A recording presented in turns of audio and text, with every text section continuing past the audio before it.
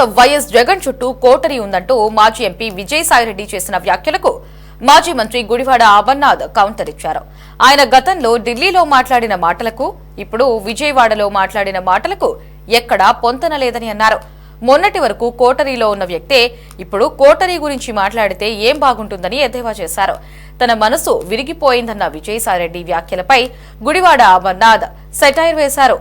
ఒకరి మీద ప్రేమ పుడితేనో మరొకరి మీద ప్రేమ విరిగిపోతుందని వ్యాఖ్యానించారు. విజయసాయిరెడ్డి మాటలు చూస్తుంటే మళ్లీ రాజకీయాల వైపు చూస్తున్నారనే అనుమానాలకు బలం చేకూరుస్తోందని గుడివాడ అమర్నాథ్ అన్నారు. జగన్మోహన్ రెడ్డి గారి కోటరీ అంటే ఈ రాష్ట్రంలో వైఎస్ఆర్ కాంగ్రెస్ పార్టీ కార్యకర్తలు. జగన్మోహన్ రెడ్డి గారి కోటరీ అంటే ఈ రాష్ట్రంలో వైఎస్ఆర్ కాంగ్రెస్ పార్టీ మొదటి నుంచి 14 సంవత్సరాలుగా జగన్మోహన్ రెడ్డి గారి కోసం, పార్టీ కోసం కష్టపడి పనిచేస్తున్నటువంటి కార్యకర్తలే జగన్మోహన్ రెడ్డి గారి కోటరీ. నిజంగా కోటరీలు సరే పోనీ ఎవరో ఏమన్నారు అనేటువంటి పక్కన పెడదాం. ఏ రాజకీయ పార్టీలో ఏ నాయకుడి పక్కన కోటరీ ఉండదు చెప్పండి.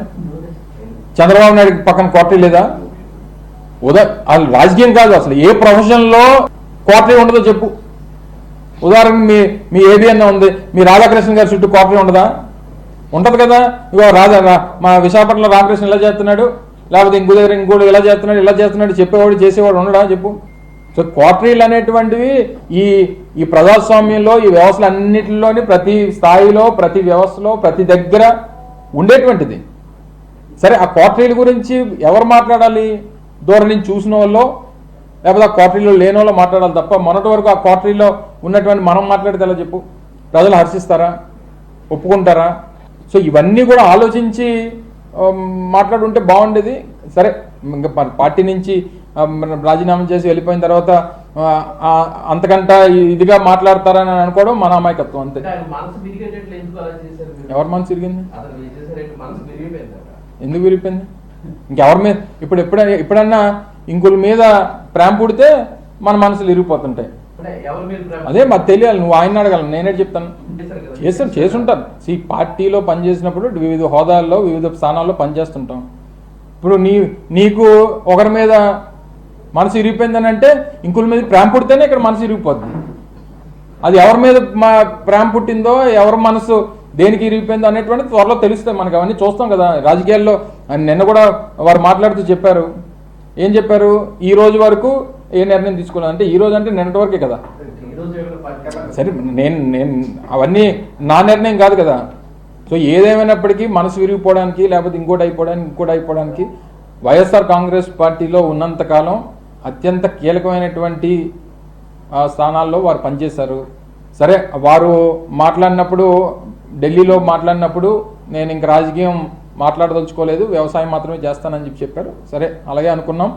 మరి నిన్నటి పరిస్థితులు అయితే దానికి భిన్నంగా కనిపించాయి నాకైతే. సో నిన్న భిన్నంగా కనిపించిన తర్వాత ఈ కొత్త మాటలన్నీ మనసు ఇరిగిపోయింది, లేకపోతే ఇంకోటి అయింది అన్న తర్వాత ఇంకో మీద ప్రేమ పుడితేనే మనసు ఇరిగిపోవాలి. మరి నా వ్యక్తిగతమైనటువంటి అభిప్రాయం. అది మరి నాకేం తెలుసు? నేనేం చెప్తాను? నువ్వు ఎవరిని ప్రేమిస్తున్నావు నాకేం తెలుసు చెప్పు. నేను జగన్మోహన్ రెడ్డి గారిని ప్రేమిస్తున్నాను. మరి నేను ఆయన ప్రేమిస్తున్నాను, నేను అది చెప్పగలను. కానీ నువ్వెవరిని ప్రేమిస్తున్నావు నేనే చెప్తాను. మరి నేను ఎప్పుడు వినలేదు ఆ డైలాగ్. అదే నేను కూడా అదే అంటున్నా.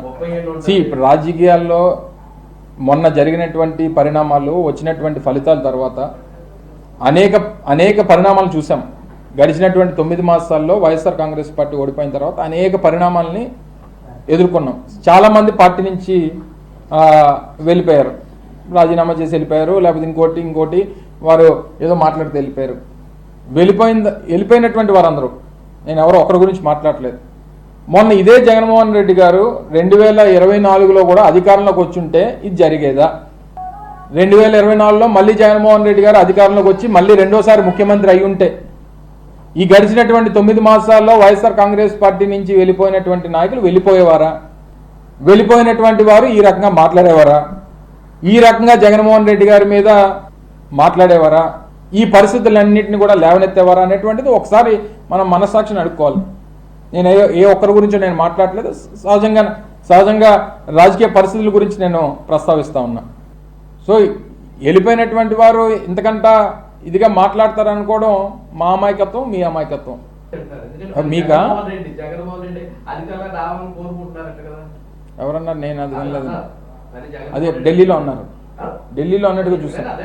అదే నేను నేను నేను ఇందాక కూడా చెప్పింది అదే. ఢిల్లీలో వారు మాట్లాడినటువంటి మాటలకి నిన్న విజయవాడలో మాట్లాడినటువంటి మాటలకి చాలా వ్యత్యాసం కనబడింది అనేటువంటిది నా అభిప్రాయం. సో ఏదేమైనప్పటికీ సరే, ఈ కోటరీ గురించి కానీ లేకపోతే ఇంకోటి గురించి మాట్లాడినప్పుడు మనం కూడా ఆ స్థాయిలో మనం పనిచేసాం కదా, ఆ స్థాయిలో ముఖ్యమైనటువంటి పాత్ర పోషించాం కదా. ఒకవేళ నిజంగా నిన్న వారు మాట్లాడినప్పుడు ఏమన్నారు, ఈ ఏదైతే వారు మెన్షన్ చేసినటువంటి కోటరీ అనేటువంటి మాట్లాడారో లేదా పూజారులు అనేటువంటి మాటలు మాట్లాడారో, మొన్నటి వరకు ఆ పాత్రలో మనం కూడా పనిచేసాం కదా. మరి చేసినప్పుడు మరి మనం ఏం చెప్పుంటాం, మనం ఏం చేసుంటాం అనేటువంటిది కూడా ఒకసారి అంటే పార్టీ నుంచి వెళ్ళిపోయిన తర్వాత ఈ ఇంతకంట బెటర్గా మాట్లాడతారు లేకపోతే ఇంకా జగన్మోహన్ రెడ్డి గారు ఇచ్చేస్తారు అనేది నిన్న మాట్లాడిన తర్వాత వారు ఏదో ఒక ఆయన వ్యవసాయం చేసుకోబోట్లేదు, రాజకీయమే చేయబోతున్నారు అనేటువంటిది నాకు వ్యక్తిగతంగా అర్థమైంది. ఆయన అయితే వ్యవసాయం చేయబోడు, ఆయన రాజకీయం చేస్తారనేటువంటిది నాకు నిన్న వారి మాటల ద్వారా అర్థమైంది.